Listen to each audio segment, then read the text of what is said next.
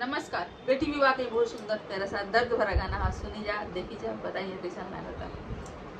चिट्ठिया पर चिट्ठी लिखी भेजे राजा दशरथ, ई चिट्ठी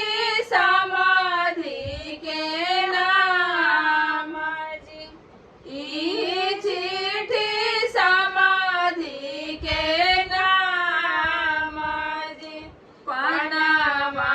के मड़वा छवैया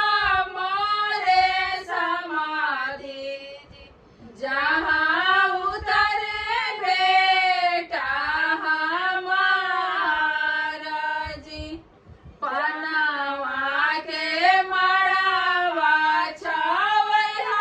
मोरे समाधि, जहाँ उतरे बेटा हमारा जी, इतना वचन जब सुनली सिया हो बेटी, दौड़ी के माई लगवा जाय जी, दौड़ी के माई लगवा जास जी, इतना संपत्ति माई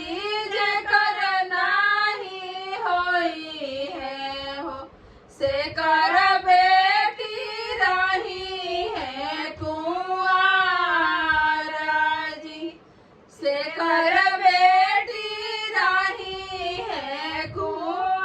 कुंवारा जी, जानी बेटी सो चाहूँ, जानी बेटी जना कहूँ, जानी बेटी मना करऊ दास जी, जानी बेटी मना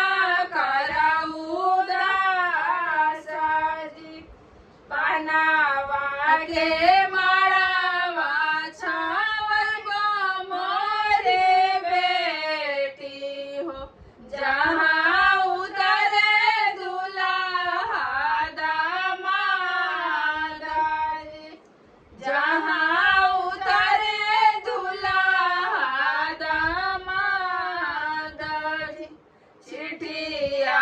पर चिट्ठी लिखी भेजे राजा दशरथ, चिट्ठिया पर चिट्ठी लिखी भेजे राजा जनक जी, ई चिट्ठी दशरथ के हाथ जी, ई चिट्ठी दशरथ के हाथ जी, सोनावा के महल बनैहा मोरे समाधि, जहाँ उतरे बेटी हमारा जी, जहाँ उतरे सिया बेटी हमारा जी, इतना वचन जब सुने राजा रामचंद्र, दौड़ी के पापा लगे जास जी, दौड़ी के पापा लगे जास जी, इतना संपत्ति पापा जेकर न होई है हो, से कर बेटा रही है कुंवार जी, से कर बेटा होई है कुंवार जी, जानी बेटा सो चाहूँ, जानी बेटा जना कहूँ, जानी बेटा मना करऊ दास जी, जानी बेटा मना करऊ दास, सोनावा के महल बन